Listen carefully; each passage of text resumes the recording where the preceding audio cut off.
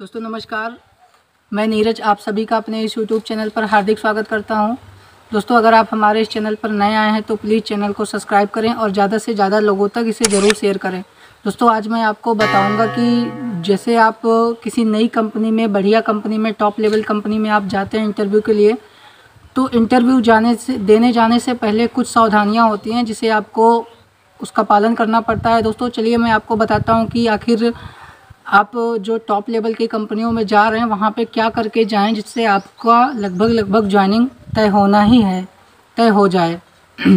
चलिए दोस्तों मैं आपको बताता हूँ, जैसे आप किसी भी कंपनी में इंटरव्यू देने जाते हैं तो सबसे पहला आपका ड्रेसअप अच्छा होना चाहिए। जैसे एक फॉर्मल शर्ट आपके पास होनी चाहिए और फॉर्मल पैंट आपका होना चाहिए, और एक आपके पास एक अच्छा सा शूज होना चाहिए, और थोड़ा हेयर स्टाइल और शेविंग वगैरह, मतलब ये सारी चीज़ें आपका वेल मेंटेन होना चाहिए, लगे कि आप एक कंपनी में जा रहे हो इंटरव्यू देने के लिए। क्योंकि देखो दोस्तों, कहा जाता है first impression is the last impression. अगर सामने वाले को आप पहली दफ़ा में पसंद आ गए तो फिर ये समझ लो कि उसके माइंड में आप हमेशा बने रहोगे, ये समझ लीजिए। दूसरी चीज़ ये होती है कि आप जब इंटरव्यू देने जाते हैं तब आपको आपका सारा डॉक्यूमेंट ओरिजिनल और लोकल, और उसके बाद आपका एक अच्छा सा बढ़िया सा फ्रेशर का, या फिर अगर आपके पास एक्सपीरियंस है तो उसका रिज्यूम एक बढ़िया सा ज़रूर होना चाहिए।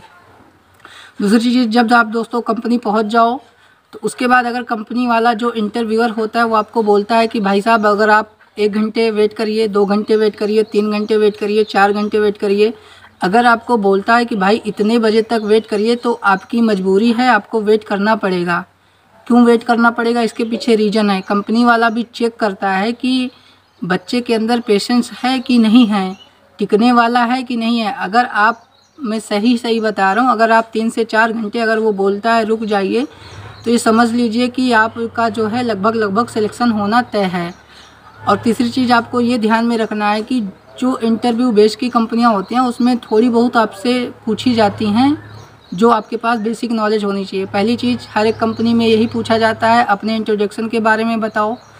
दूसरी चीज़ आपसे ये पूछा जाता है कि आपका क्वालिफ़िकेशन क्या है। जो आप क्वालिफ़िकेशन बताओगे उस क्वालिफ़िकेशन से पूछेंगे कि आपका लास्ट ईयर या लास्ट सेमेस्टर में कौन सा आपका सब्जेक्ट था, फिर वो सारी चीज़ें आप बताओगे। उसके बाद आपसे पूछा जाएगा कि आप इन सब में आपका फेवरेट सब्जेक्ट कौन सा है। तो दोस्तों आप अपना फेवरेट सब्जेक्ट बताओगे कि हाँ सर मेरा ये फेवरेट सब्जेक्ट है। फिर उसी फेवरेट सब्जेक्ट से 1-2 क्वेश्चन आपसे और पूछेंगे, बस। अगर आप इतना सब कुछ बता लिए तो गारंटी देता हूँ आपकी ज्वाइनिंग होना तय है, ये समझ लीजिए आप। और इसके साथ साथ दोस्तों होता यह है कि जैसे वो आपसे सारी चीज़ें पूछ लिया, इसके बाद आपको थोड़ी बहुत इंग्लिश पढ़नी आनी चाहिए। 1-2 अगर ट्रांसलेशन अगर वो आपसे पूछ लेता है तो आपको वो बताना आना चाहिए। अगर आप इतना ही नहीं बता पा रहे हैं तो दोस्तों आपकी ज्वाइनिंग कहाँ से होगी, आप बताइए।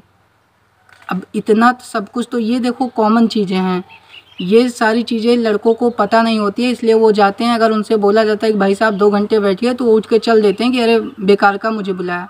भाई साहब बेकार का नहीं बुलाया है, उनके कुछ रूल होते हैं, वो भी बच्चों को चेक करते हैं, उनका पेशेंस देखते हैं कि सामने वाले के पास पेशेंस है या नहीं है, वो बच्चा रुक सकता है, काम कर सकता है, कि ऐसे ही घूमते तालते चला आया है।